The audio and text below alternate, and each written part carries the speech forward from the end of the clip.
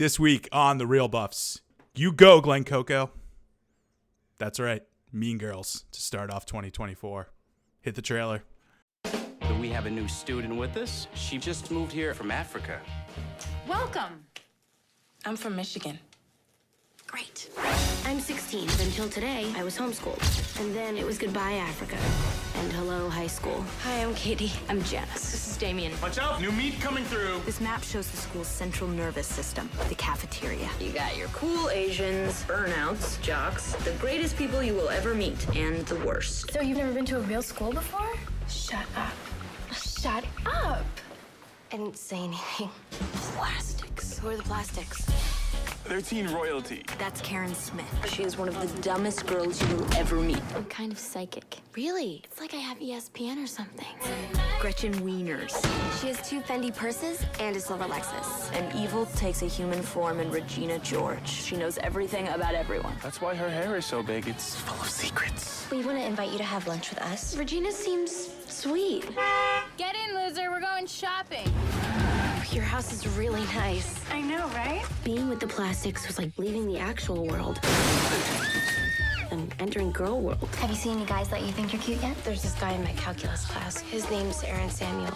No. That's Regina's ex-boyfriend. Ex-boyfriends are off limits. I mean, that is just like the rules of feminism. Gretchen told me that you like Aaron Samuels. I could talk to him for you if you want. Really? You would do that? You're so hot. Why would she do that? She's a life ruiner. I knew how this would be settled in the animal world. But this was girl world. All the fighting had to be sneaky. I want to lose 3 pounds. They're these nutrition bars my mom uses to lose weight. It won't close. It's a 5. You could try Sears. Why are you eating a Caltine bar? What? They make you gain weight like crazy. Who does she think she is? I invented her. I'm sorry I laughed at you. I'm sorry I called you fat. I'm sorry that people are so jealous of me. But I can't help it that I'm popular. Walk it off. Walk it off. Okay. You know who's looking fine tonight? Seth Mosikowski. He is your cousin. What? He's a good kisser.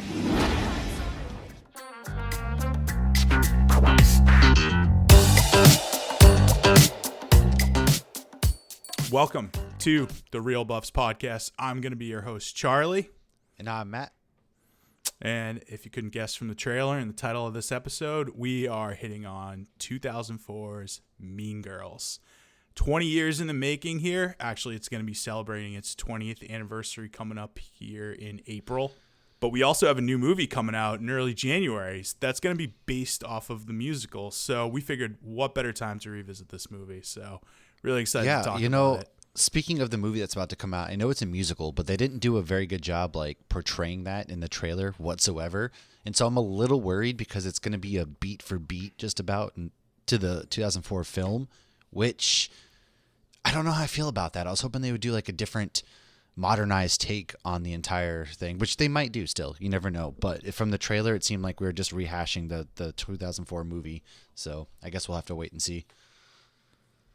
Dude, so funny you say that because I literally had that same conversation last night with some of my wife's friends and my friends, because you wouldn't guess from any of the trailers that it's going to be a musical. And I'm like, okay, that's kind of setting themselves up for something and people going into it not expecting it to be that.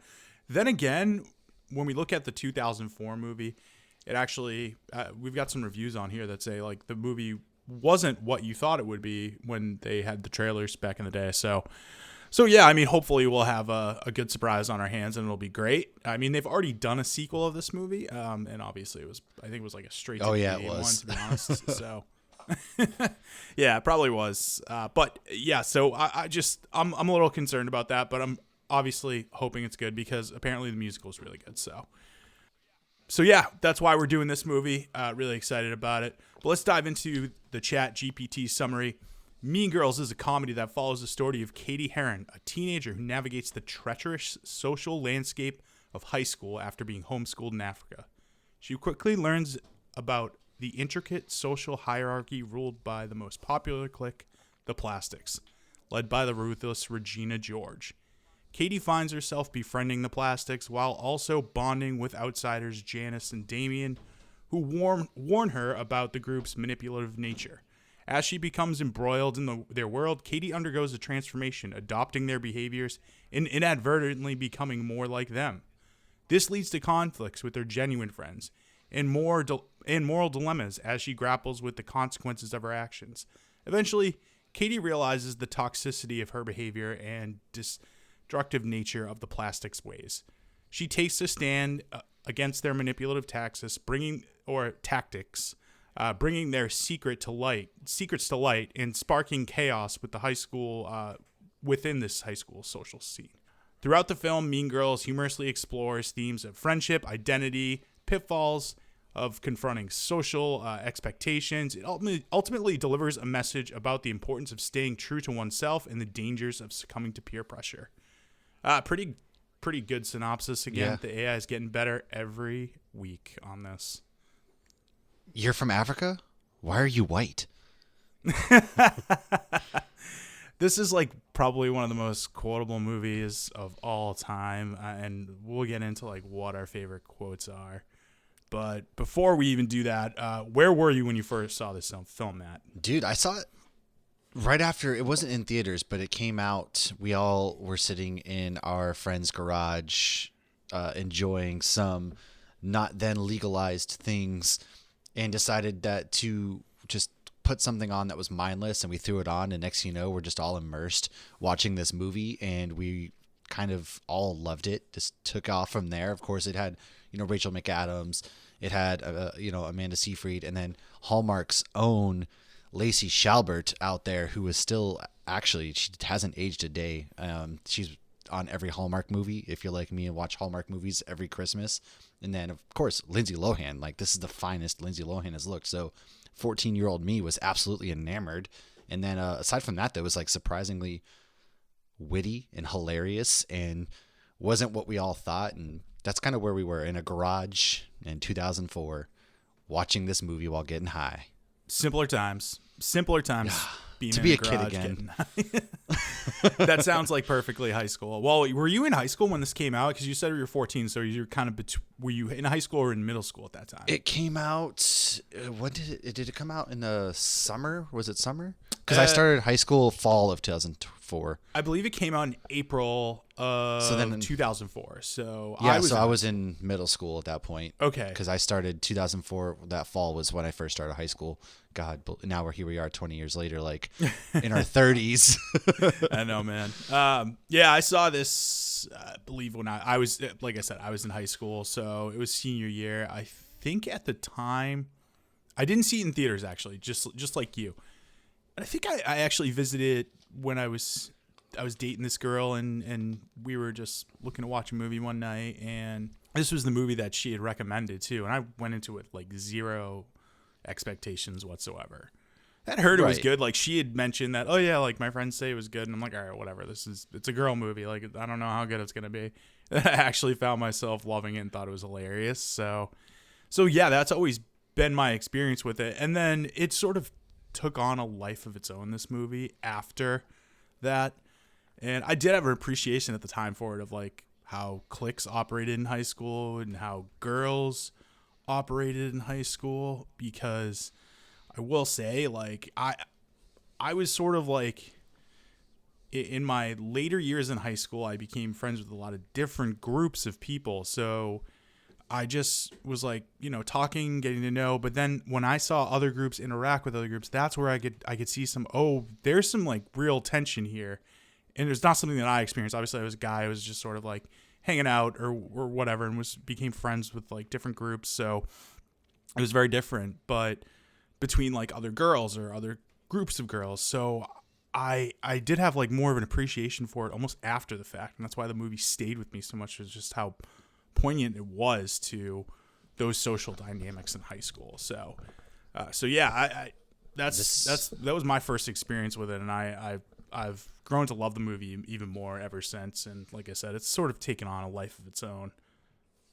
Dude, this movie's a time capsule if you really look at it too. If the early 2000s, like fashion and humor and everything kind of in between. It's really looking back at it. It's like, wow, we used to dress like that. We used to talk like that and everything. And I know it's one of those movies that like, our parents would look back, at the Breakfast Club or whatever it might be and be like, oh, this is what high school was to us. And then we look at something like Mean Girls and was like, yeah, this is, I mean, the cliques to a degree weren't necessarily like that. Cause I think both of us kind of grew up and went to high school in Massachusetts. And so I think at least for the two of us, we kind of were friends with a vast different group of people, but there still kind of was those like sub cliques. You did have your mean girls kind of to a degree that thought they were better than everybody else. You kind of had your football players would hang out together and kind of stuff like that. And so it is really just a time capsule of the era that we grew up in that I always have this weird fondness for. And I think that also looking back makes this movie better in my eyes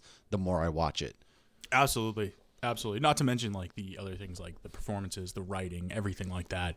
Oh yeah. Which we'll get to as well. So let's go into our other opening questions. What is a teen comedy? Because before we can even dive in and say if this is the best teen comedy of all time, we got to answer that question. So my definition that I came up with when doing some research on this is like, it's just any comedy where the main character is focused on the lives of teenagers. I think it's just that simple.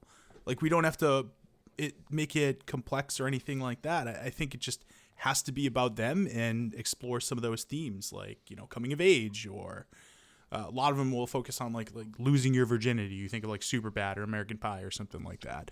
So, I mean, it can vary in like what the goals of the characters or themes are or anything like that. But it really just has to revolve around those characters and those characters growing.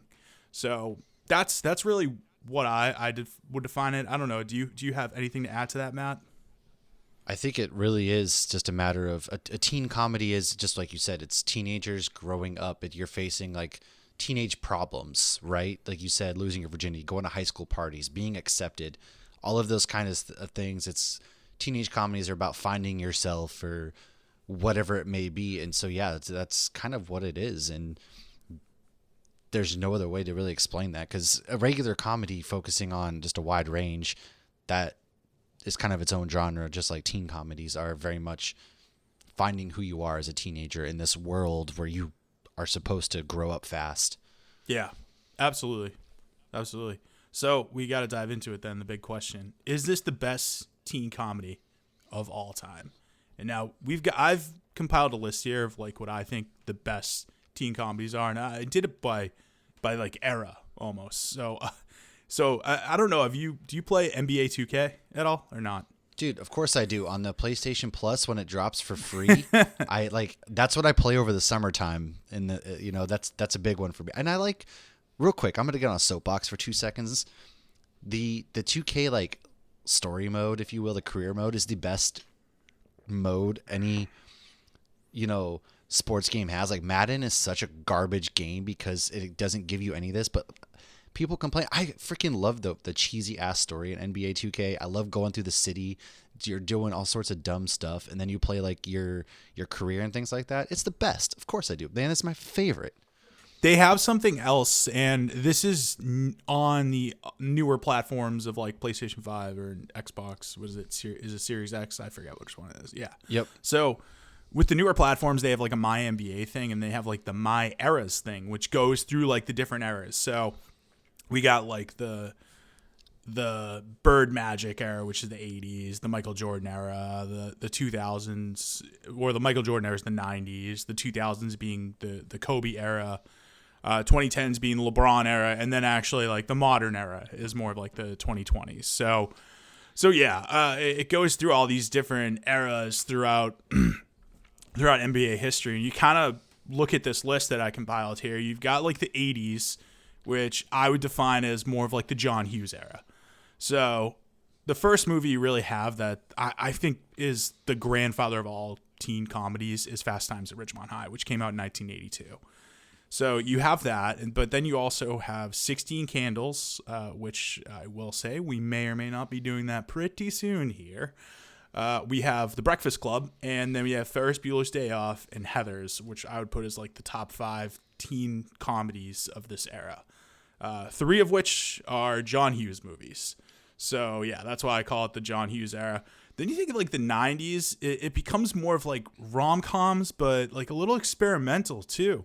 So we really don't have a big, I mean, we definitely have teen comedies in between these movies, but I'd say the next big one after Heathers in 88 is Dazed and Confused. But then you have Dazed and Confused, Clueless, Can't Hardly Wait, 10 Things I Hate About You, and American Pie. So I don't know. It's a little, you have a little bit more variety in the 90s, I feel like, but they're also like very different. Like Dazed and Confused is very different than any of the other films on that list so far. Same with American Pie. Yeah. I mean, well, that's like sort of the hard R raunchy one. I think it leans into a little bit more of that, which, you know, you think of like the losing virginity aspect of Fast Times at Ridgemont High. It leans into that a little bit more. Then you get like in the 2000s, and you get Bring It On, not another teen movie, which is more of a spoof on the tropes of the teen movie, and especially those ones that came in like the late 90s, like the She's All That and stuff. So, or Cruel Intentions. I know it pokes fun of all of those, but Cruel Intentions isn't on the list because it's not a comedy. It might be a dark comedy, but I wouldn't classify it as that. Then you have Napoleon Dynamite, Mean Girls, which come out in the same year in 2004, and Superbad, which again sort of leans into, I'd say, more of the comedy and the raunchier aspect of it. And you get into the modern era, and you've got a couple good ones. Dope was pretty cool. The Edge of 17 and Booksmart, I'd say, are sort of the key ones of the 2010s. And I didn't do any research to see what we have like now in the 2020s, but there's got to be a couple. And like I said, is Bottoms? I think Bottoms might be the only real one right now in the 2020s, but I haven't seen it yet, so I can't speak on it, but I've heard nothing but raving reviews. And I think it's more of a teenage comedy, but that's the only one that really comes to mind. Yeah, it might. Honestly, it might be. I don't know Bottoms that well. I'll definitely check it out if it's one of those. But I've seen most of them, and it's funny how a lot of them kind of reflect. Because in my mind, like Superbad is the American Pie of the early 2000s, just like Booksmart is the Superbad of the 2010s era, so to speak. More so in that they're that raunchy. Very much. And then even Booksmart is like the first time that we even get like a raunchy female-led comedy. Yeah. And it was really freaking good. Not to mention, like, it was a really good movie. But it is funny how they all kind of, they're different movies, but they're very much take from the different eras. And to me, this is just like the age-old, who's the GOAT? Is it Jordan? Is it LeBron? It comes down to, you can't really pick one movie that is the overall best comedy, teenage comedy ever, because the eras were so different and defined so differently that you can very justifiably take one from each era and say it's the best of its era, but you can't take one and be like, this right here is the one that is the greatest of all time. And that's just my opinion on that one. Yeah, I would agree with that. And we'll ask about like maybe a Mount Rushmore instead. And that obviously you don't have to distinguish between eras, but let's dive into it. Like, what would you say is your favorite one of the 80s then, if we're looking at that John Hughes era, I guess? Honestly, man, it's Fast Times at Ridgemont High. You get Spicoli, you get just a lot of like goofy ridiculousness, and it's one of the early comedies that I can remember actually watching, younger. It was a popular favorite one of like my parents and whatnot, so it was one that kind of played anytime it was on TV, the edited version, of course. So the 80s for me would be Fast Time at Ridgemont High. You cannot watch an edited version of Fast Times at Ridgemont You can't. High. I mean, the most iconic scene in the whole movie is not for TV, all right, or not for American TV. For that matter. So, yeah, I mean, I would obviously hate to have to watch it on TV. I'm not gonna lie. So, but I mean, I love Fast Times. That's actually one I did see when I was in high school. Same with The Breakfast Club. Ferris Bueller is probably the one that I saw. Actually, a little bit later in life. Same with Heathers. But I have more of an appreciation for I think those two. I'd say Breakfast Club is like my favorite of the 80s. But I mean, honestly, like you could pick either one. I think Ferris Bueller is probably the best, but I think Breakfast Club is my favorite. So, but what about the 90s when we're going into that era?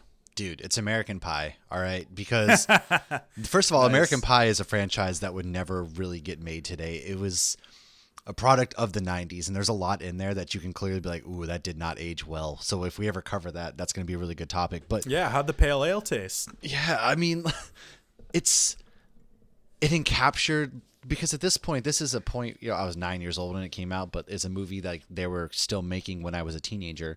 And as a teenage boy, pretty much personifies everything that you cared about as a teenage boy and with your group of friends and the way we talked to each other and the things that we cared about and all of that growing up. And so I don't know why, but American Pie is in my pantheon of just comedies of all time. It's one of my favorites just for that reason, because I connect so well with it. But again, it's not one that has necessarily aged appropriately. What? I mean, you don't set up your camera that you have on your computer to spy on people getting changed, and I don't and live stream it to everybody. I don't. And then one thing I will say, once in a while, who doesn't love sticking their dick in a good pie? I love the difference between like the R-rated version and the unrated version. Oh, and yeah. I'm gonna just leave it at that. You guys, you can go home and watch that. Check it out. We'll discuss it when we get there on what the difference is. But yeah, go check it out. It's a good time. The unrated version is pretty good too, and it's not too much different than the R-rated, to be honest. But yeah, so for the 90s, for me, I'd say Dazed and Confused is. I mean, that's a good one, the best. man. Yeah. Yeah, I'm a sucker for anything from Richard Linklater. So and this just like it's so good. It's so good. Again, I get another older one that and I they actually keep staying the same age. yeah, another line that didn't age well. Man, but just the character of Wooderson, you always had that. I mean, I always had that like sort of guy who graduated and sort of hung around and stuck around. It was just kind of creepy too. So that character rang true to real life, I think, in some ways. For the 2000s, or the early aughts, I should say, what do you got? I mean, it's hard because Mean Girls is pretty much just about tied with Superbad for me, because again, Superbad, I was 17 and I was right at the age that Superbad, they were in that movie, right? You're a teenage kid trying to get alcohol, go to parties, impress a girl, like all of those things again that you care about at that time period. And then again, to me also, Superbad kind of like brought us into like the Step Brothers kind of age of comedy and recaptured it, like I mentioned already too. It's kind of like the same as American Pie, but Jonah Hill was great. McLovin, Muhammad's most common name in the world. Read a fucking book.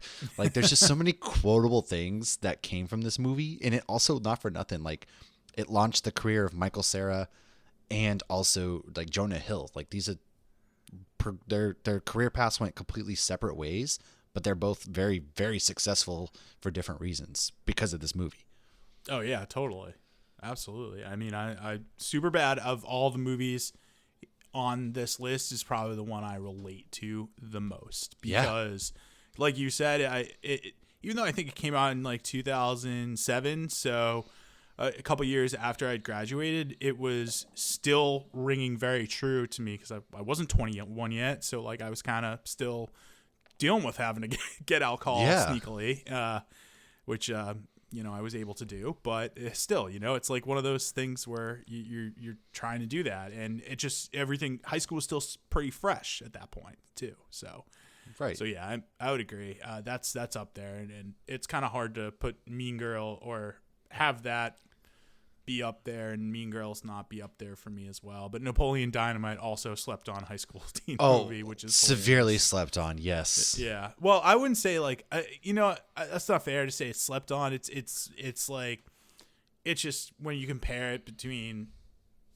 it's either Superbad and appreciated Mean Girls. differently, or like it's not looked on when you're talking about like favorite comedies for a lot of people. Although again, it kind of like introduced us to this one movie that we quote probably just as much as the other comedies we've talked about. I bet you I could throw football over the mountains, that kind of stuff. Like Uncle Rico. Yeah, it's known for its very dry humor, and that's another one that kind of like introduced dry humor dry humor comedy back into the world. Yeah, it's Yeah, it's like that awkward comedy in a way. Yeah. So, the last couple on here, Easy A, Dope, Edge of 17, and Booksmart. What do you got for the 2010s here? I'm gonna be honest. I don't really have a favorite one. I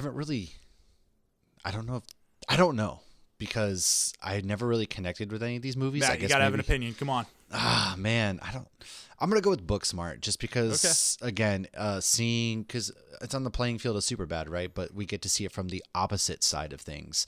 It's from the girl side of things, and it's something that I can appreciate. And they pushed boundaries again in that movie as far as comedy goes, which isn't easy to do in this day and age where, you know, certain things you can't get away with saying or doing, things of that nature. But it really kind of like, I thought it was probably the best comedy to come out in the 2010s, to be honest with you. I do like that a lot. I also like, I think my favorite actually is Easy A. I do like Emma Stone a lot. I do too. Yeah, I think that vehicle, and you know, look at her. She's on the list for a couple of these movies here. So yeah, theme we actually see in this list. We've got a redhead who is the star of a couple of these movies in Emma Stone and Molly Ringwald. But no, I really liked I liked Easy A. I like sort of the aspect of like the, you know, building an identity in high school off of like a lie or essentially that. And I think that rings true to just the experience of high school sometimes. So that would be mine. The other ones, honestly, like I still have to. Actually, no. Booksmart is the only one I didn't see. So I correct myself. I haven't seen Booksmart yet. So, but Dope and Edge of 17 were pretty cool. But I think Easy A was just the one I connected more. And again, I think honestly, it's more the fact that I was still, when it came out, a little closer to high school than obviously 2015, 2016, and 2019. Right. So all right. But disregarding the different eras, let's give your Mount Rushmore for teen comedies.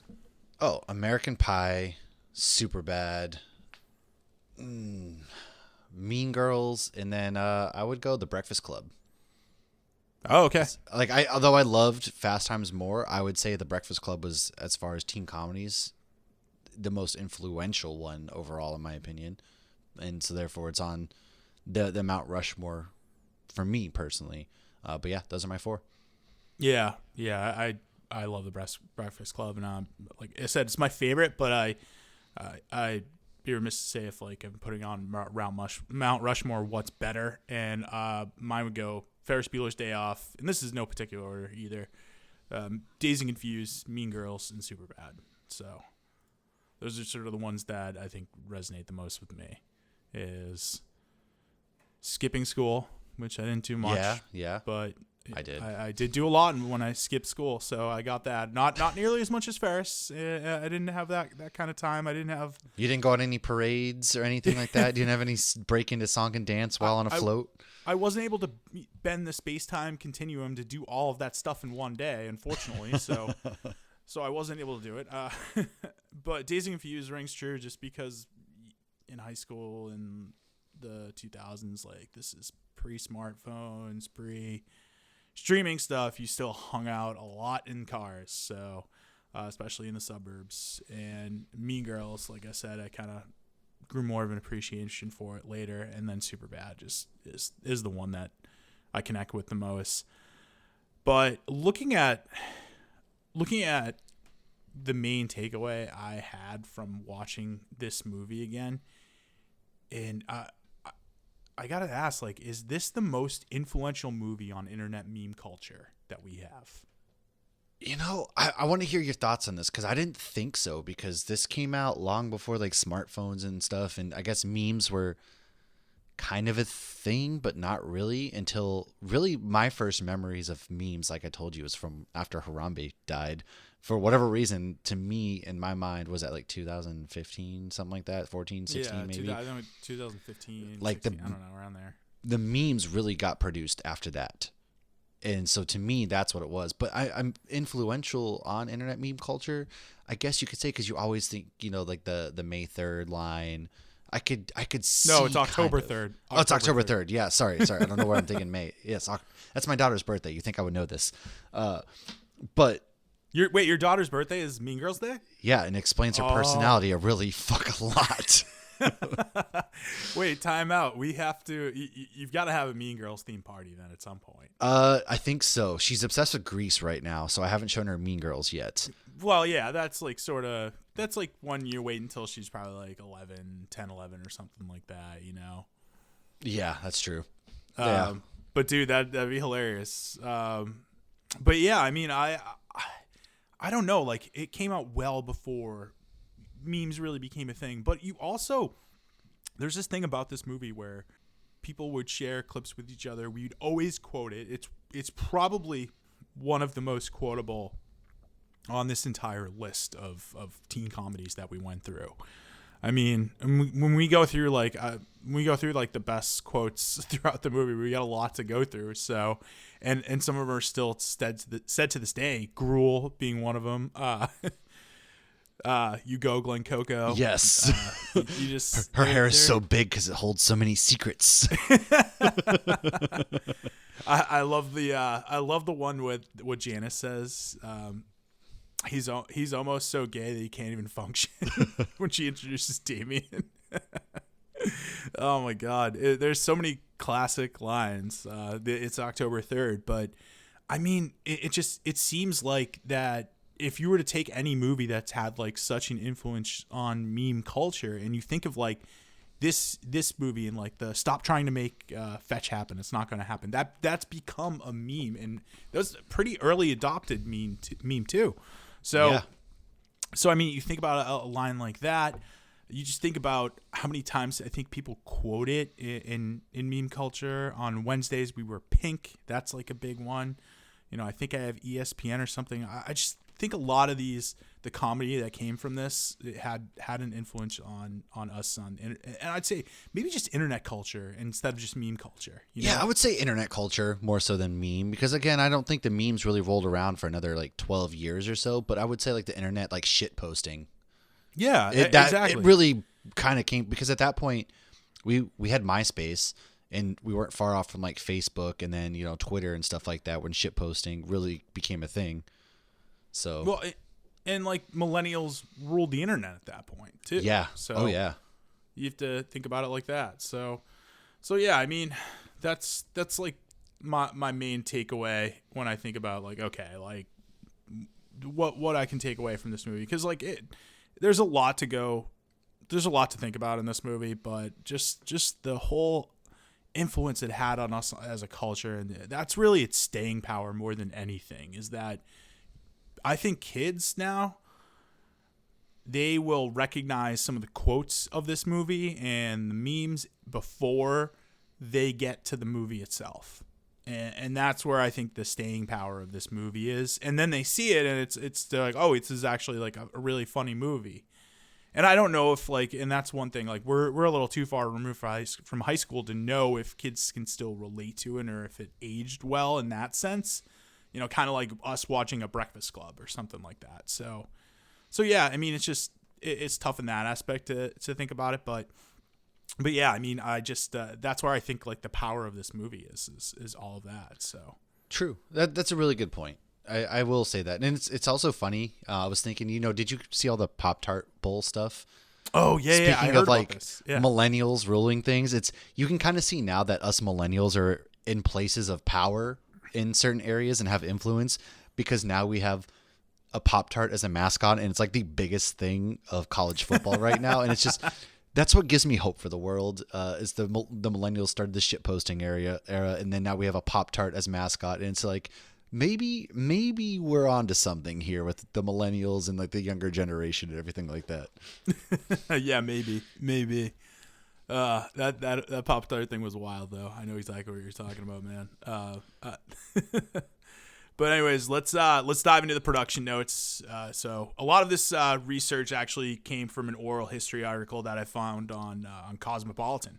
Ooh. So Mean Girls was partially based on the book Queen Bees and Wannabes, Helping Your Daughter Survive Cliques, Gossip, Boyfriends, and Other Realities of Adolescence. And that was by Rosalind Wiseman. So basically, it's not a novel. This was like a self-help academic book for parents, more so. So from Rosalind Wiseman's own website, Wiseman had spent more than a decade listening to thousands of girls talk about powerful role of cliques play in shaping what they wear, say, how they respond to boys, and how they feel about themselves.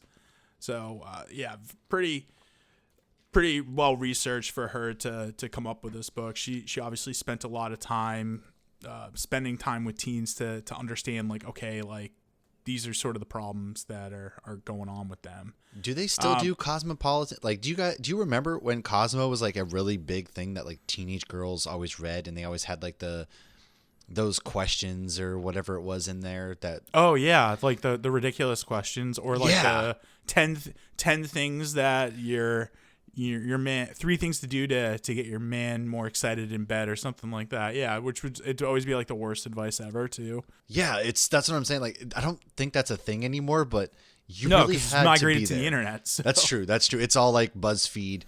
Click here for the 10 things that your man would get to turn you on, or whatever, something like that. It's like, man, you just had to be there. The early 2000s were the best time to be alive. I am so convinced for these reasons.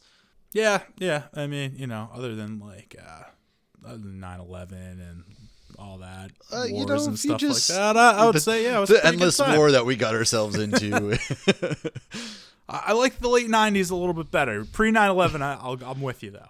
That's true. That's fair. I was a little too younger in the late 90s, although there was absolutely no responsibilities, so you were maybe onto something. Yeah, exactly. There was no responsibilities, and we were writing movies about asteroids because we had conquered the whole world, and that's like the U.S. Speaking of which, there's supposed to be an asteroid coming by next fall. That's coming like 11 million miles within the Earth, right? Do you think Bruce Willis has one last ride in him in case things get a little too close? I don't know, man. Bruce Willis ain't looking so good these days. Keep him alive for one. Doesn't he have like dementia or something? Yeah, he's got a disease. He can't talk anymore. You don't need to talk to blow up an asteroid. Just go up there and sacrifice yourself for one last time, Bruce. We'll see if he can do it. I mean, hopefully it's just going to pass us by. So also from the website, the book discusses girls' power plays that they use. So from birthday parties to cafeteria seating arrangement to illicit parties, she really does take readers into the girl world. Analyze teasing, gossip, reputations, beauty and fashion, alcohol and drugs, boys and sex, and more, and how cliques really play a role in every single situation. So the book obviously influenced Tina Fey. Oh yeah. To write this, and that's like where she got it from. But before we even dive into that, what are your memories of like cliques in high school? Oh man, so we had like Boston kids that were bussed out to our school. Okay. So they had a group because they're all lived in the inner city of Boston, things like that. I had like I went to Bedford High School in Massachusetts, which is it's a group of like prim proper, and I was a military kid, so like I hung out with like some of the military kids, but I also like had my group of like Bedford friends. We were kind of just there, and then you had like your baseball kids, for example. The rich baseball kids would hang out together, or the hockey kids would hang out together. There was never any like this one group of mean girls or one group of like jocks, but it was kind of, that's how it was. You were separated by like what sport you played, where you kind of lived, because again, Bedford had the base kids get brought there, the Boston kids, and they all kind of did their thing. And then some of us there was no like nerdy group because nerd things weren't really big at the time. So that's kind of like the groups that I had in high school. Yeah, nerd culture really didn't take over until I'd say the later aughts. I mean, not the later aughts, but kind of the later aughts, like 2009, 10-ish is when it started to become a little bit more popular. But yeah, there wasn't really a thing when I was in high school too. I think the MCU is a big part to do with that, and the Dark Knight and stuff like that. So, anyways, for my memories of like high school cliques, you had some of jocks, and like in that realm, you could have different, I think, pockets of that. So you could have like baseball players, hockey team, I grew up in Massachusetts as well, so football players, which that was me, but also like I don't know, like I'd say like I had like core groups of friends outside of that too, that some of them played hockey, and some of them played baseball and did other things. So I wasn't really married to one, but there's definitely like pockets of groups, and I think there was some intermingling, and also sometimes like groups would be more defined by like what grade you were in as well. But you might also have ones that it's like, no, it didn't matter what grade you were in. Like you were hanging out with, somebody who might be older when I was like a junior. Sometimes I hang out with like some of the seniors and like the senior football players and stuff. And then, that changed obviously when they leave, and it's like, okay, I have like sort of different pockets of friends you hang out with. So I don't remember there being like mean girls, but I do remember there being pockets of girls, and there's certainly being conflicts between different like cliques, I guess. So and I don't know like I can't sit here and pretend to know like if they used any of the tactics like where you sit in the cafeteria. I mean, honestly, in my high school, you could, when you got to I think junior year, you could go out for lunch. So a lot of people would go out for lunch, or we would just like maybe go to like a local sandwich shop and get something. Dude, Ken's New York Deli, man. Ken's New York Deli. Oh God, such a good spot right across the street from our school. Really, that was it? So many good times there. Oh yeah. I don't think I know where that is. Is because I know Bedford pretty well, just because I went to Middlesex, so I know Bedford pretty well, but I can't picture where Bedford is. It was right there on the main street, pretty much. Okay. The school's right behind the police station. In the town. So yeah. Okay, cool. Yeah, but this movie I think is a little bit elevated. It's not like super grounded. I think that cliques probably are a little more loosely based, but that's just my experience. I can't obviously speak for the whole United States and like what's going on. I think most of this is actually based in Illinois, so shit if I know what's going on there in high school. In the Midwest. Yeah. like I can't pretend to say that. So, but yeah, I just want to ask you that question before we move on. More production. Tina Fey wrote the script. She was a cast member and writer at SNL at the time, and Lorne Michaels actually was on board to produce it too. So the original script was actually called Homeschool. So yeah, I'm glad they changed the name. Do you think I think they nailed it with keeping it. I think so. Mean Girls, yeah. I think so. Yeah. Mark Waters, the director, he was given this script from his agent, and he had just got finished filming Freaky Friday with Lindsay Lohan and Jamie Lee Curtis. Oh, yeah. You remember that one? Yeah, I do. Yeah. I mean, I remember it being a hit. I honestly have never seen it. I know that they've had that concept come up multiple times. I think I just saw a trailer for a movie recently.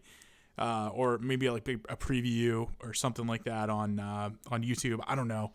But basically it was a similar concept of like, the teen switching body with the mom, and I think or dad. Oh, there is another one coming out. Yeah. And did you see the one that was actually a pretty cool Freaky Friday concept, but it was like the murder. It was with Vince Vaughn.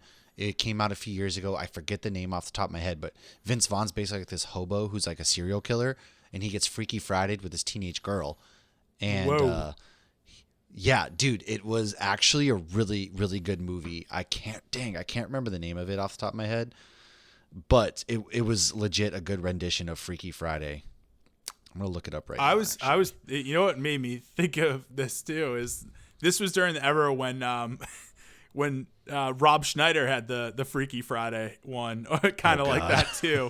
What was it, the Hot Chick or something like that? Yeah, it was the Hot Chick. Just reminds me of when South Park shits on him and like in the 2000s. Rob Schneider is a stapler, rated PG-13. Before he went all QAnon on us. Oh my God, yeah. Now he's nuts. So yeah, this was.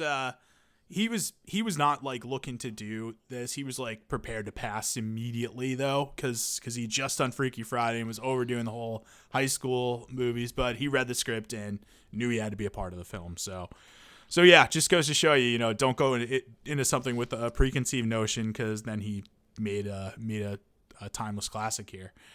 It was literally called Freaky. It was called Freaky. It was literally called Freaky. Yes. Wow. That's too funny. All right, yeah. So apparently the original script though for this was much raunchier than the theatrical version. It was supposed to be rated R. Studio wanted to be PG-13, obviously, so they could market it more towards teenage girls. And you look at like some of the other movies, like the rated R ones, I feel like are more marketed towards teenage boys and up, like Superbad or American Pie, that sort of thing. The director and producers really didn't fight that though, so like they understood obviously, and there was a specific line though that they wanted to cut the MPAA wanted to cut it actually, so not the studios. There was one specific line in the movie that they wanted to cut the MPAA, but they fought it and won. And Tina Fey apparently wrote a letter to the MPAA and accused them of being sexist, and they ended up keeping the line in the movie. I want you to. Can you guess which line it was? Man, God, I can't. They accused of being sexist. Was it? It wasn't. Did it have to do with her touching her boobs and telling the weather? I don't know. No, no. It's more towards the end. Think of like the gym scene. More towards the gym scene. The gym scene. It's not the wide set vagina one. Yeah, that's it. That was the one being accused of being sexist. Really? Like, it's not my fault I have a heavy flow. I have a wide set vagina. Yeah, they wanted to cut that, and I like totally understand where Tina Fey gets off when calling them sexist, because it's like, dude, she's just talking about her body. Like, what the fuck? Like, that's normal body stuff. Yeah, like that's crazy. So just goes to show you where like the MPAA will draw the line. I'm sure if they had somebody getting stabbed, they probably would have been like, yeah, that's cool, but we can't have that period. You're talking about women's bodily functions. Okay, we can't be talking about this stuff. We draw the line right here. We just lost all the male audience. No, I mean, I honestly, no, when I heard that, like, I distinctly remember that line from the movie the first time I saw it. So, like, I think the girl I was dating at the time laughed pretty hard. I thought it was funny, but, like, obviously don't get it that much either. So, because I'm not a girl, I'm not going to relate to it as much. I'm not a girl, yeah. Yeah, Lindsay Lohan. So we're getting into casting. Lindsay Lohan was first considered in casting because she had just done Freaky Friday and obviously worked with the director on this. However, she was originally considered for Regina and not Katie. Ooh, yeah, interesting. Yeah, interesting. She had wanted that, and when you see the roles, there's a lot more to sink your teeth into, I think, as an actor with Regina's character than Katie's. I don't know. You get to be somebody obviously who's like mean and evil. Sometimes the more evil characters in a film or a story, they can. I don't know. There's something about them that I think draws. I feel like you almost have to put more acting into that. Obviously, I don't know Rachel McAdams in real life, but I feel like her sample size of how she's acted in all the movies that she's gone on to do, that's a testament to just how good she was too. Because when you look at these people that play general assholes, they do a really good job, and there's something there that I don't know what the science is, but it takes a really, really good actor or actress to do that. Yeah, and honestly, I think for something like this, it could even be as simple as Lindsay Lohan had this warmth to her, and she had a girl next door vibe. Or she just had this more innocence to her. She was younger. Think about it. Like Rachel McAdams, when she auditioned for that, when she was 25 at the time. So like, she could play somebody who maybe had like not as much innocence to them, and whereas Lindsay Lohan could have like this relatability to her a little bit more. So Rachel McAdams auditioned for Katie actually, but like I said, she was too old for the role actually. So she was 25 at the time. Lindsay Lohan would actually get nervous testing around her, and that I think cued them into having Rachel McAdams play Regina instead of Katie. Yeah, that would make sense. Yeah. For Karen, the role ended up going to Amanda Seyfried. There was another actress they were originally wanted for the role, though. I'll let you guess who it would have been. For her? Who was like a known dumb actress back then who played that dumb character really well? I don't think dumb necessarily, but well, I guess I wasn't trying to say dumb, but like can play like Clueless almost. God, I don't know. Think in the vein of just blonde. Was it? I'm thinking oh man, but she would have been too old. She played Legally Blonde. Why am I blanking on her name? Oh, She's Reese the biggest Witherspoon? actress in the world.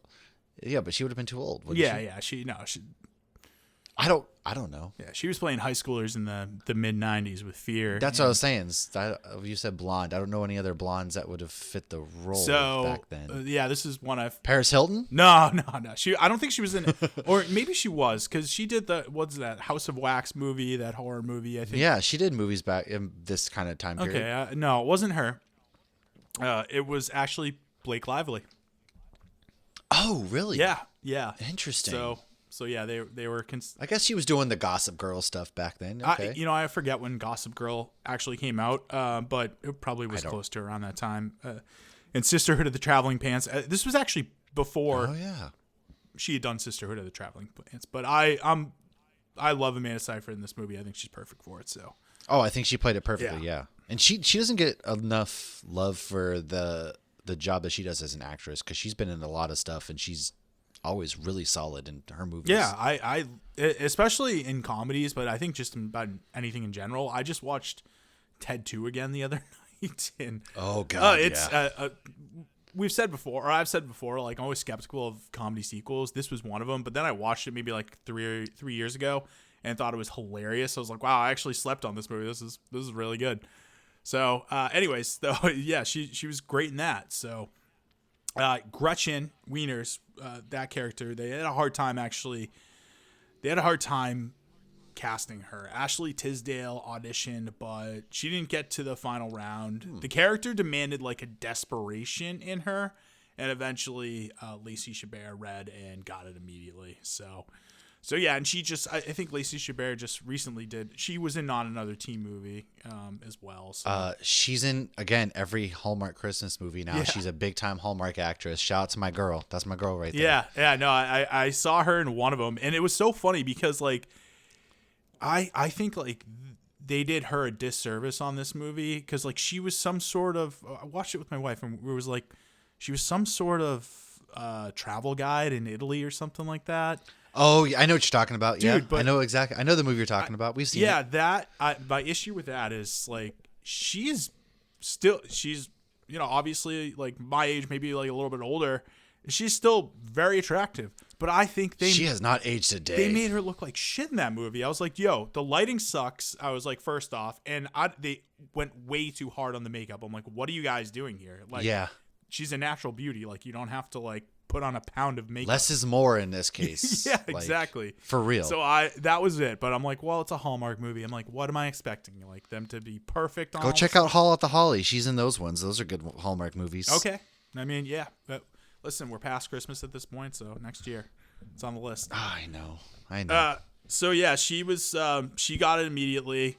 They also had a hard time casting Damien. Tina Fey and Mark Waters really liked Daniel Francese's personality and thought he was just generally funny when he auditioned, though he auditioned terribly for the role. Eventually, he ended up getting it, though. So he was great on improv and was able to, a lot of the lines that he came up with were just sort of improv lines. They put a lot of effort into casting the right actors for these characters outside of Regina and Katie too, because they wanted people, they were going off of archetypes, but they wanted the actors to give the characters a little bit more depth. And I think by just spending a little bit more time on that, they really knocked it out of the park for who they got. So. Oh yeah, I think the casting overall in this movie was spot on across the board. Yeah. I mean, you think obviously Lizzie Kaplan. She actually wanted to be Janice. They obviously had to dress her to be like more gothic and artsy because Lizzie Kaplan is a smoke. Dude, absolutely. So they had to try and like, not show off her natural beauty as much because her character really wasn't demanding that. But yeah, so she was just naturally funny and had great chemistry with Danielle Francese, who played Damien. Jonathan Bennett, who played Aaron Samuels, he did a screen test with Lindsay Lohan and made her blush. So he thought right away, he's like, I got this in the bag. However, they hired somebody else who was apparently awful, though, in the table read. And Lauren Michaels said they needed to cast someone else. So basically, Jonathan Bennett was working at Abercrombie, and when his agent called him, told him they had to leave to get on a plane to Canada tomorrow. He is very Abercrombie beautiful. Oh, yeah. He really is. Yeah, totally. He does. He's not even in a lot of movies anymore. He hosts a lot of like the Food Network like baking shows and stuff, especially around the holidays. You'll find him on like the Halloween Baking Championship, all those. That's where because he used to do. I think he also hosted like Entertainment Tonight for a while or something like that. He never really hit the mainstream acting, but he's done a lot of hosting gigs, which he's really good at. Honestly, he's got so much like natural chemistry and things like that. I think when I looked at his IMDb, he did a lot of TV stuff. I think a lot of TV movies too, kind of like Lacey Chabert does. So yeah, he, to your point, yeah. He's on some Hallmark movies. So yeah, he didn't have like a huge like box office like studio career after this, but he's been around and been doing stuff for the entire time. So yeah, once he booked this, I think he got steady work for. I think he's still getting steady work anyway. So he definitely is easily. Yeah. Well, looking into some of the other casting, though, Paramount didn't want there to be too many SNL cast members from the movie. They didn't want it to feel like an SNL movie. Oh, I mean, that makes sense. Yeah, I mean, they had a few, obviously, but so basically the studio was convinced by Waters and Tina Fey and Lorne Michaels to have Tim Meadows and Amy Poehler be in the film, and it's so better off for it because they're big comedic stars and they're in relatively like small roles and they knock it out of the park. Like Tim Meadows doesn't need to be super funny as Mr. Duvall. Like he just sort of needs to have a little bit of like natural comedic talent to him. Yeah. But Amy Poehler as Regina's mom is chef's kiss. Oh, love her. I'm a cool mom. Oh, not just a regular mom. I'm a cool mom. I actually shout out to Lauren because I quote this to her all the time because she'll like say something that she does for her kids. She like hosted a party for her teenage daughter once, and I was like, "Oh, so you're a cool mom." Is there alcohol in this? Oh no. Like unless you want, but if you want some, let me know. I'd rather you guys just do it in the house. Yeah, man, it was perfect for them. I love Amy Poehler and pretty much anything, and early Amy Poehler too, like when she did this and Deuce Bigelow. Do you remember? She was the dude. And then even like Parks and Rec Amy Poehler is my favorite Amy Poehler, totally. without a doubt. Totally, I love Parks and Rec Amy Poehler. Me too. So filming, like I mentioned earlier, filming took place primarily in Canada, Toronto to be more specific, and a lot of the supporting roles that they didn't cast from people from SNL or like the main actors from LA were more Canadian actors, so local actors. And this was, from all accounts, like a pretty relaxed filming environment. This was a smaller budget studio movie, so there really wasn't like a ton of studio involvement or interference. Most of the stars weren't that big. They were really just SNL stars. So like Tina Fey, obviously, Amy Poehler, Anna Gasteyer, and Tim Meadows. And Tim Meadows, who played Mr. Duvall, he broke his wrist a week before filming. They thought he thought actually he had to drop out, but Tina Fey, being looking out for SNL cast member, was like, no, I'll just write in the script that he had carpal tunnel syndrome. Nobody batted an eye, and it's so funny because we're watching this the other night, and my wife was like, how come they don't say anything about Tim Meadows and Mr. Duvall's broken arm the whole time? I'm like, well, you missed it. I was like, they say at the beginning he had carpal tunnel, so. Yeah. And I think this movie doesn't work if you cast somebody else playing his character either, because he's another one of those like unsung actors who are just really solid. He's never been like the guy, but if he's in a movie, he's going to be good in it too. Just he's such a good, funny character actor. Oh yeah. I mean, he was always great on SNL back in the day too. I loved him on that. Like the Trust me, Dewey, you don't want no part of this shit.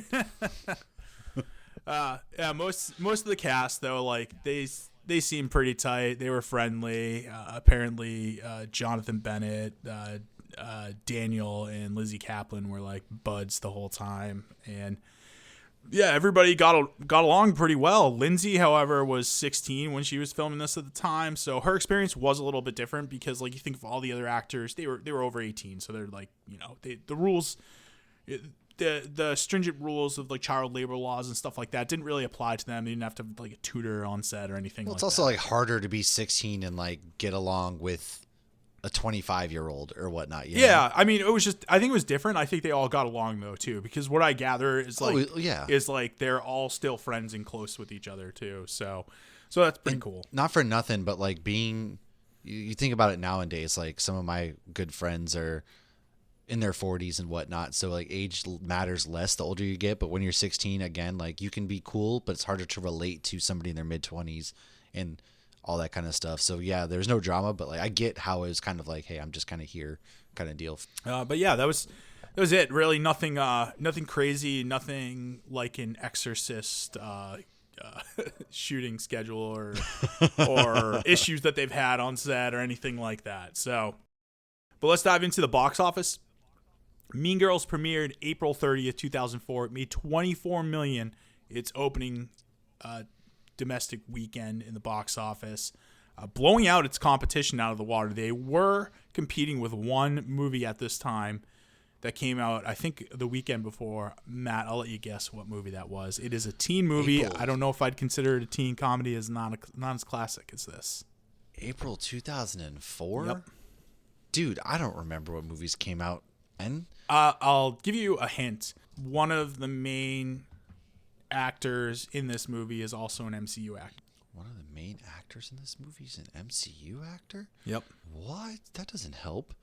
That doesn't help? Is an MCU actor? Yeah.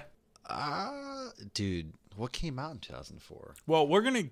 I know there was a Scooby-Doo movie that came out. The second Scooby-Doo movie came out, but I don't think that was April. No, think of like sort of the teen ones too, like around this time. Obviously, the only other one I can think of was like Ella Enchanted. That was like one of her first. What's her name? But she's not in the MCU. So. Good guess, but no. So it was 13 going on 30.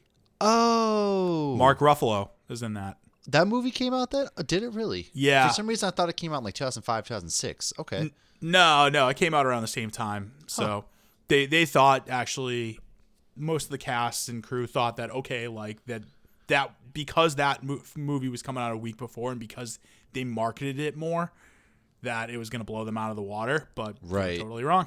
So. All right. So yeah, ended up. I said 24 million opening weekend. It made 86 million in the domestic box office, 130 million worldwide on its initial release. It came in 26th in the domestic box office in 2004. There are 5 comedies that came ahead of it. Care to take a guess on those 5? 2004, remember. So that beat it. Mm-hmm. 13 going on 30. No. Dude, I don't know. I can't even. Come on, man. 2004 had some great comedies. Dude, Scooby-Doo is the only. That's a comedy. No, not on the list though. Oh man, I don't. One's a sequel, I'll tell you that. One's a sequel. And 2 of them star Ben Stiller. Dude, obviously it was Passion of the Christ. Ben Stiller, what came out? Was 2004? Zoolander was 2004? No, Zoolander was 2001. Oh, believe this also had The Girl Next Door came out then, didn't it? No, Girl Next Door is 2005. Ah, fuck. Yeah, I don't know. So I'll list them off, like sort of the these are. I would say these are like more of the comedies. I'm not including any of like the animated comedies on here. Meet the Fockers. Oh, that was damn okay. Yeah, 50 First Dates was ahead of it. Adam Sandler. Yeah. Dude, I can't believe you didn't get this one. So, Dodgeball. That was 2004? I thought that was 2003. Yep. Oh, my God. Dodgeball was ahead of it. So, we have those 2. There was another one that's ahead of it, and this is sort of in the same vein. It's the Starsky and Hutch. Oh, 3 Ben Stiller movies. Shit. Ben Stiller ruled 2000. He really, Holy he shit. ruled early 2000s for sure. Dude, actually, wow. Time out. We've got Meet the Fockers. We've got Dodgeball. That's 2. Then we've got Starsky and Hutch. And I forgot about, dude, we've got 4 of them. Along Came Polly is also right ahead. Oh, dude, that scene where he just like, his face against the sweaty, hairy body. Gross. And there's one movie, and this is 2004, that came just after Mean Girls in the domestic box office. And again, Ben Stiller is in this movie. He's not a leading character in it, but he's in it briefly. And I'll let you guess which one it is, because in my opinion, it's the best comedy of 2004. The best comedy of 2004? God. What movies came out in 2004? What other comedies that Ben Stiller would have been in? He's in a fight scene in this movie. A fight scene? Ben Stiller in a fight scene? Dude, I can't even think. I have no idea. Anchorman. That came out in 2004 too? Yeah. Bro, we have a stacked year coming up for all these movies that are turning 20. I know. Anchorman. It's the year of Ben Stiller, too. Holy crap. I had no idea that he was in that. I didn't realize that was 2004 as well. I'm just going through the list here, and I'm like, holy shit, he's in so many good comedies this year. That's insane. I know. Yeah, so Anchorman came in 27th, just behind Mean Girls in the domestic box office. So yeah, it was a pretty big year. So critical reception, very overwhelmingly positive. The Metacritic score gave it a 66, which is overwhelmingly positive. Rotten Tomatoes, critics gave it 84%, 66% positive from audiences. Interesting to have that little bit of discrepancy, though. You know what I mean? Like, it's obviously both are positive, but I'm just this curious. Is one of those rare, like, the audience liked it less than the critics. Yeah, but I mean, well, that can happen from time to time, but just because of the staying power of this movie, like, it's a cult classic. I don't hear critics talking about it as much as the internet culture. So I think this is one of those that if you were to do it again today and be like, it'd still be like, I think they'd be a lot closer, and I think the audience score would be even higher. Agreed. Absolutely agree. Yeah. So Roger Ebert had a very positive review about it. In a wasteland of dumb movies about teenagers, Mean Girls is a smart and funny one. It even contains some wisdom, although I hesitate to mention that lest I scare its target audience. So the TV ads would show Lindsay Lohan landing ass over a tea kettle, as Raj would say, in a garbage can are probably right on the money, since that scene is nothing like the rest of the movie. Was it specifically filmed to use in commercials? Probably. Probably. So, yeah. And then for a negative review, I actually found one from J.R. Jones of the Chicago Reader, so another Chicago one. And he said, the high school satire is pleasantly acted and moderately funny, but it lacks genuine bile that made Heathers so bracing. So, I mean, I get that, like, but it's also, and this movie is very much inspired by Heathers, but it's not Heathers. Like, it's a different take, so it's not going to be a black comedy or a dark comedy like that is. So yeah, I get where he's coming from on that, but also agree more with Raj on this one. So agreed. Yeah, I at least this one isn't as bad a negative review as that other one we read the last time. Oh, with Elf? Yeah, it was so bad. Oh my god. Oh, talk about one that hasn't aged good at all. Good lord. Yeah. It was actually harder for me. And I always find that pleasant. If it's too hard for me to find a negative review, guess what? I'm not going to do it. And that's always a good thing because that means it's a great movie. So anyways, let's get into the categories. Best scene.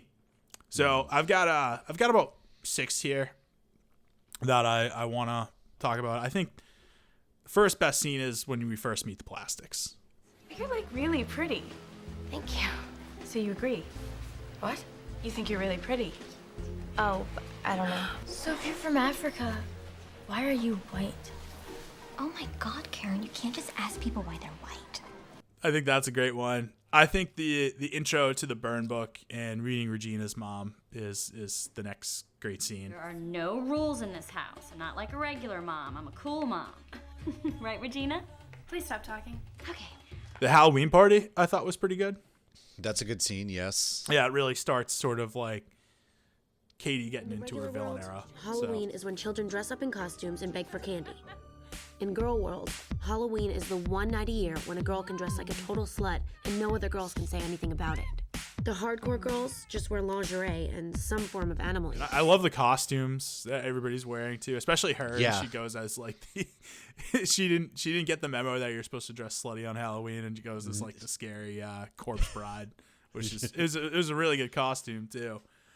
I think the next couple of good scenes here, the winter talent show is always a good scene. That's where we get the famous "Stop trying to make fetch happen" line. That is so fetch. Gretchen, stop trying to make fetch happen. It's not going to happen. And then the last good scene, I think, is like sort of the burn book reveal all the way through, like, you know, the gymnasium and everything like that. Once it's revealed in school and everybody's fighting with each other, to me, that's like the next best scene. You left off one. All right, let's go. Let's hear it. Regina getting hit by the bus. I mean, that's technically part of sort of like the last scenes here.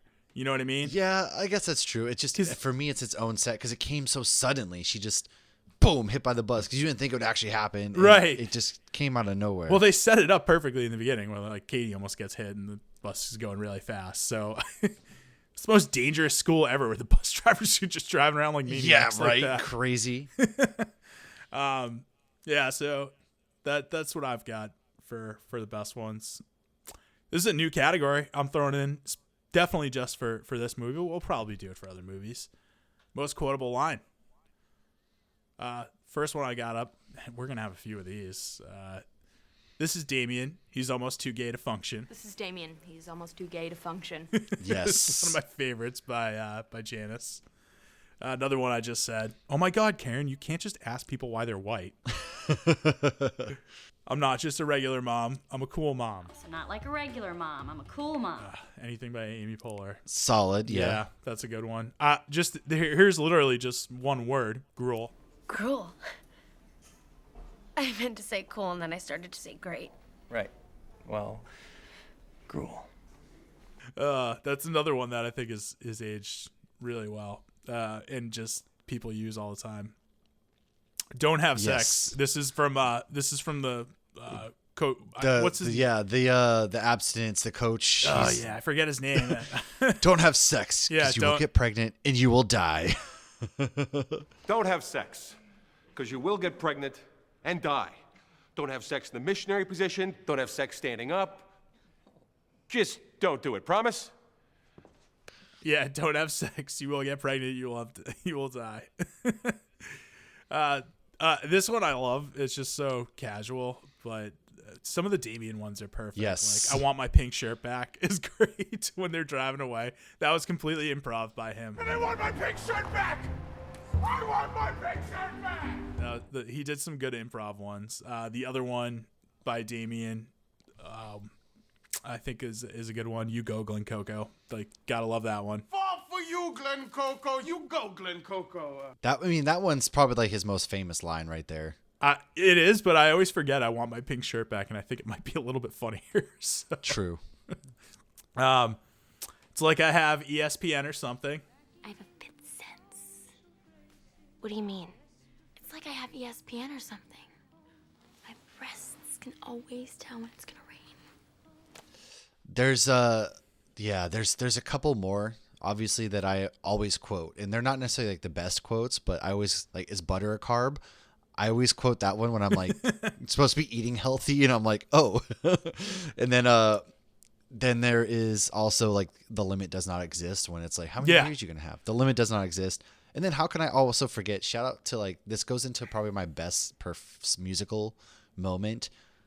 Yo, yo, yo, all you sucker MCs got nothing on me by Kevin G. That's probably, like, spoiler alert, my favorite musical moment in the whole movie too, but it's totally such a quotable like line. And so shout out to a couple of those lines. Yeah, that's, oh man, that's a great one. And of course the wide set vagina. Yeah, that was the other one I was gonna say. We're missing one that they really fought hard to keep in there. I also, some of the other Damien ones though too. Oh my God, Danny DeVito, I love your work. When he's in the bathroom. That might be. You smell like a baby prostitute. Another good Regina one. Boo, you whore. Yes. So this movie does have so many quotes. It's hard to pick one because just about the entire script is nothing but quotes. I know. Of things that I still say to this day. Especially with Damien, like, she doesn't even go here. Yes. Get in, loser. We're going shopping. Yes. I say that to my wife still. I say all the time. All the time. On Wednesdays, we wear pink. It's just all the time. So, and then obviously Gretchen. You know what? Gretchen succeeded in this movie. She got fetched to happen. She did. Ironically, but she got it to happen. She got it to happen still. Yep. It lives on through the memes that we do today. So. Yep.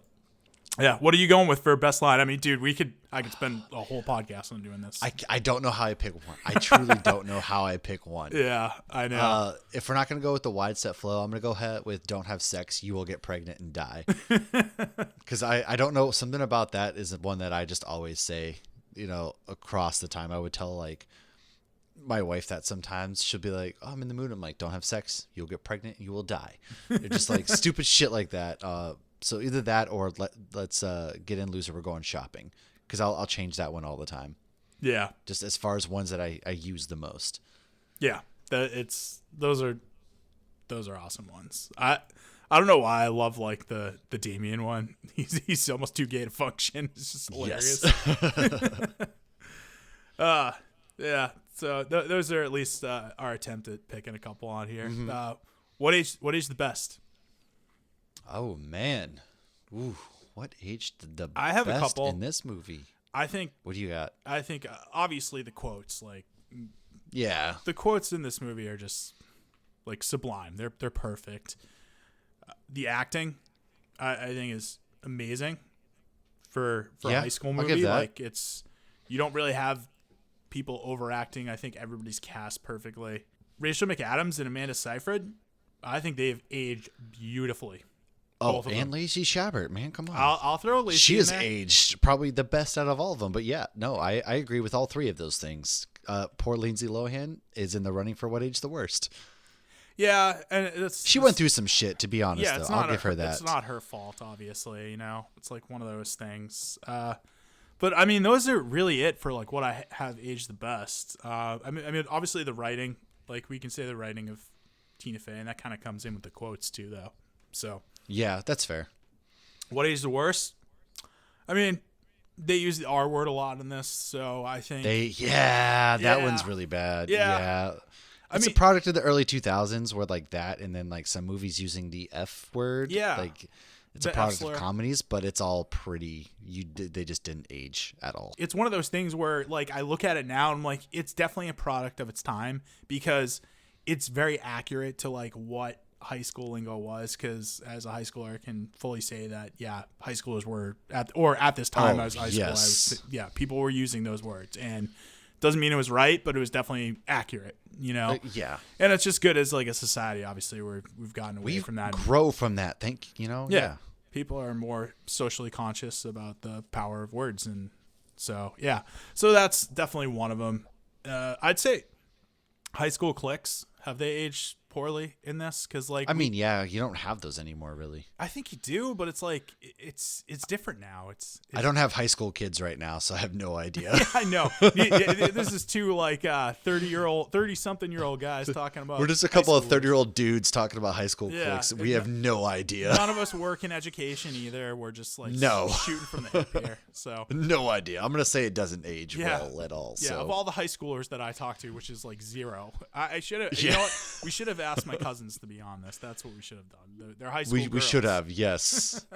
Because I have no idea. They probably are the mean girls anyway. So I'd say that one. And then the end speech, it's just like, I don't know. It was too flowery for me, the end speech. I didn't care for the end speech at all either. Yeah, it's just like, I don't know. I just wasn't that great.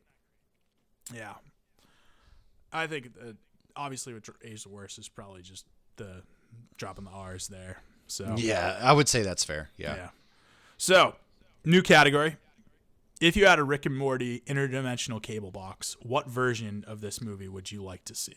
So it could be anything. Could be from Blake Lively being in it as Karen. Could be switching roles where Regina is played by Lindsay Lohan and Katie's played. You know by what? Rachel McAdams. That's the one I want to see most, just for the fact that it's the career trajectory of how far away. Because Rachel McAdams did like The Notebook and all that, so she has the ability to play like that cute girl next door, love interest kind of character. And Lindsay Lohan, again, I think she has that ability to be that mean kind of actress, even though by all accounts, like I've heard that she's really actually sweet. But I would like to see that version, just because it's always one of those like what if moments. Like, do their lives change? Do their acting career changes? What goes on? What happens if that's the case? Yeah. Yeah, I think that's the clear answer here is like, let's see what that would reverse. And I would throw even another wrinkle in there. I'd love to see what it would look like with Blake Lively in it too. Yeah, I would give that. But yeah. I mean, she's done well for herself. Yeah, of course. Of course. You know, she's married to Deadpool, so. Exactly. They've got a lovely family. Anyways, yeah, that's what I'd say for that category. And for those of you who don't know, the Rick and Morty Interdimensional Cable Box. So Rick and Morty is a sci-fi cartoon show, and there's this episode where it's basically like all sort of them flipping the channel of like what TV shows would look like in different dimensions. So go check it out if you haven't. That's what's referencing to. But I think this will become a category going forward so that we can just talk about like different scenarios of like what this movie could have been if there was a different director attached to it, different actors, and things like that. So, so that was my inspiration for that. Standout performances. I think there's really two clear-cut ones, and it's Lindsay Lohan and Rachel McAdams. Agreed. I again, those two stood out the most because they went on to have like Rachel McAdams. She's in the MCU. She's in The Notebook. She's in so many big movies, and I think her career really launched from this. And both of them did really well in this movie. I liked them. I would even almost say Amanda Seyfried at the same time, because I thought when you think of Mean Girls, you think of just the dumb quotes played by her and just like the stupid shit she says and how well she plays that goofy character. So I would even throw her in the mix, very, very arguably. But yeah, standout performances, I mean, Lindsay and Rachel, right? I mean, if anything, I think Rachel takes the cake on this. Yeah. Yeah, I would agree. Rachel McAdams is unreal in this movie. And but so is Lindsay Lohan too. Like, she just plays the character of Katie perfectly. Like, she does, yeah. I really have nothing more to say. Pound for pound, who do we think is the best? And I think there's only really one answer to this, and I'll let you guess who it is. I mean, I know yours, but I would say Tim Meadows. Yeah, really? You going with Tim Meadows? Tim Meadows. I think he does the absolute most with what he has. I think he even stands out more so than Amy Poehler, in my opinion. I don't know about that, man. Nobody can go toe to toe with Amy Poehler and how funny she is. I think he does, though, in my opinion. My humble opinion, I think he does. I would be interested to see what people think about that. Like, who do they kind of feel? Which it probably is Amy Poehler, but I think arguments can be made for the two of these. Yeah, you could certainly make an argument for Tim Meadows. I'm not going to stop you from making that argument. For music moment, the first one that sticks out to me is Kellis Milkshake. Anytime I have that in a movie, like, gonna absolutely love it. Or even a TV show, because I know they do it on Eastbound and Down too, and it's a great music moment. So, yeah. That's a good one. I think the other good ones would be Kenny G. Yeah, that's my favorite. I'm just telling you right now, that's my favorite. Kenny, yeah. Yo, all you sucker MCs ain't got nothing on me. From my grades to my lines, you can't touch Kevin G. I'm a mathlete. So nerd isn't bird, but forget what you heard. I'm like James Bond III. Shaking, not stirred. I'm Kevin the Poor. The G is silent when I sneak in your door. Make love to your woman on the bathroom floor. I don't play it like Shaggy. You'll know it was me. Because the next time you see her, she'll be like, Kevin G. Thank you, Kevin. That's enough. I would agree. Like at the winter, what was it? The winter show or something? It was the talent show. Yeah. Yeah, the winter talent show. So that's a good one. The other good one from that is the Jingle Bell Rock one, which is like, absolutely. Yeah. I mean, that's an iconic sequence. Yeah. I think for best music moment, we're going with our boy though. I gotta give my man Kenny G some props. Yeah. I would agree. Double feature though for this movie. The obvious choice for this is Heathers. Like, let's That's not so fast. I'm gonna go Clueless. Oh, really? Okay, I love it. I'm gonna do Clueless. Go. Let's hear your thoughts then. Same vibes. I mean, it's Clueless, right? Like it's a group of girls that kind of get that popularity number, and then also like Paul Rudd's ageless beauty graces the screen in that. Another like something about these two movies that have like their handsome characters that just stay handsome forever and always. And then Alicia Silverstone and Rachel McAdams. They both have really popular careers. Alicia Silverstone, of course, was our Batgirl for better or for worse, and probably for worse. I don't know. Like, I mean, I love those movies. Calm down. But yeah, I think this movie and Clueless, they're kind of like they're different, but they're also kind of the same to me. And I would do double feature with Clueless. I like it. I mean, obviously, I say Heathers because Heathers was the inspiration of this in a lot of different ways. But I see where you're going with Clueless. I mean, you've got these female leads here. They've got like different cliques within the school, so they explore some of those dynamics, and it's a little bit. Clueless is like a little bit more elevated than this. Like I'd say, it's it's Beverly Hills or whatever, and also, I don't know what the trend was of like banging your stepbro in the 90s in these high school films, but this Cruel Intentions, like what the fuck? What are you doing, stepbrother? Now it's in pornos, but I mean that's a little different. So yeah, that's true. Yeah. It's a very popular search apparently. It's a very popular subgenre in the pornos now. Anyways, who wins the day? Ah man, who wins the day? Rachel McAdams. I would agree, because I think what this does for her career and the path that she sets on after this and the movies that she's in and the star power that she has and the acting ability that she showed in this, which sets the tone for her future roles, I think she wins the day. And I mean, that's not a knock against like Lindsay, who has had her own share of success and she's doing well for herself, even though she's not necessarily in movies these days and she went through some stuff. Like, I get that. But to me, man, Rachel goes on and she absolutely powerhouses, and she's a big household name that if you see Rachel McAdams attached to, she's going to draw an audience. Yeah. And so for that, I think she easily wins the day. And then an argument could also be made for Tina Fey, because Tina Fey shows that her ability to create a really good comedy. I get she was already established at that time, so that's why I don't give it to her. But what she did with this movie made it a timeless classic as well, and one that we're still talking about today. So I would actually disagree with you about Tina being established at this time, because think about, like, we just did Elf. Will Ferrell wasn't established at this time either. Like, they were both SNL cast members. But what this did was establish that she was already a great writer on SNL, but that she could do things beyond just SNL and writing sketch comedy. She could go into writing features. And without this, obviously, we don't get 30 Rock either. Nope.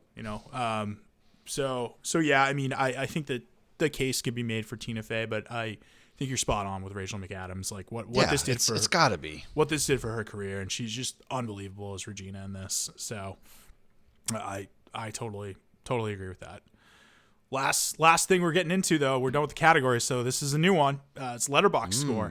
So Letterboxd score, it's a star scale. It's like out of 5 stars, what would you give this movie? So for me, 4 stars. It's easily a 4-star. It's just, to me, this is like one of the best teen comedies of all time. It's one of the most quotable movies of all time. I think it has a little bit of issues at the end there and sort of landing the plane with like the nice happy-go-lucky ending. I think they could have done without it, and it would have been more in tone with like the rest of the movie, and it would have been better off for it.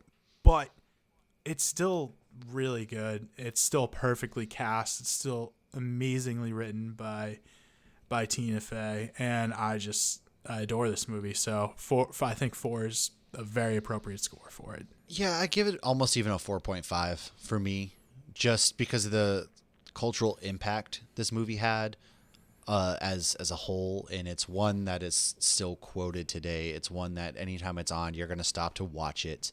You're going to be glued to the TV screen, and it's just one that I think really had a big impact as a whole, and so that's what pushes it to the 4.5. It's a near perfect movie. A couple things don't age well in today's society, but if you're looking at it in the realm of 2004, it's a near perfect movie. without a doubt. I get the ending, I get some of that stuff and how it wraps around like that. However, I to me, near perfect, 4.5. Yeah. Awesome. So Matt's got a score of 4.5. I've got a score of 4.0. That's it for our Letterboxd score. You can actually check out the Letterboxd score because I do have the Real Buffs box score up there. It's usually my score, but you know what? Maybe we'll do a combination instead, Matt. So take like the average. Yeah, we could, yeah. And whatever's closest, obviously. So because that's gonna be 4.25, and that's not possible. So, we'll round up. We'll call it 4.5. So there we go. So you win the day in that one. But anyways, that's gonna do it for our deep dive into Mean Girls. Coming up next week, we've got another teen comedy. This is teen comedy month basically here at the Real Buffs. So what we got next week is going to be a classic. It is one that I did mention before when we were going through our eras. So if you want a little sneak peek. No, not Taylor Swift. No, Taylor Swift eras. Yes, no, not that. Even though I wish I was there for the concerts. Me too. Yeah, my wife was, but damn it, she spent an arm and a leg to get there, I'm sure. So anyways, it's one of the ones that we talked about. It may or may not be a John Hughes film, but there were 3 of them. So if you want to find out, stay tuned to the trailer right after this. On behalf of the Real Buffs, I am Charlie. I am Matt. So long, and we will see you next week. Peace. So, what's the story? You got a guy or? Yes, 3 big ones, and they went blood. Her name is Samantha Baker, and today is her 16th birthday.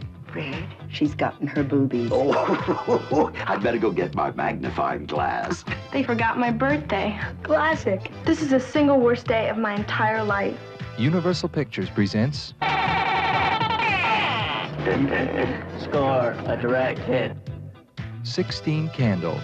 You say it's your birthday. It's my birthday too. The story of a girl who's stuck with a guy who's driving her crazy. Nice manners, babe. And stuck on a guy she's crazy about. Who's Jake? Jake Ryan? Jake's my boy. Jake is a senior, and he's beautiful and perfect. He doesn't even know you exist. He smiles at me and I don't say anything. Can't believe I'm such a jerk. You quit feeling sorry for yourself. It's bad for your complexion. Do you know Samantha Baker? Kids are looking at me a lot. It's kind of cool the way she's always looking at me. Maybe she's retarded. What's happening, hot stuff? His name is Long Duck Dong. Nothing could shock me anymore. Underpants. Can I borrow your underpants for 10 minutes? Girls' underpants.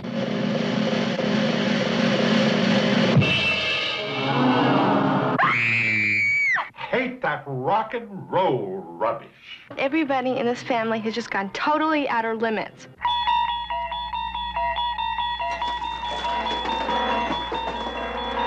You guys, you just gotta be cool. You just gotta chill out and just be cool. Just watch me. Why, you little scuzzbag. I'll let you take Carolyn home. She's so blitz, she won't know the difference. Jake, I don't have a car. You can take mine. I gotta get out of here before anything else terrible happens. She's stuck between a half-wit Very hot, very hot. and a heartbreaker. I want a serious girlfriend, somebody I can love, that's gonna love me back. Pretty intense, huh? Over. Everyone she knows is either on her case You know you're the one I want to bug, huh? or out of their tree. Bonsai! It only happens once in a lifetime, This has got to be a joke. and once is enough. Happy birthday, Samantha. This is getting good. 16 Candles.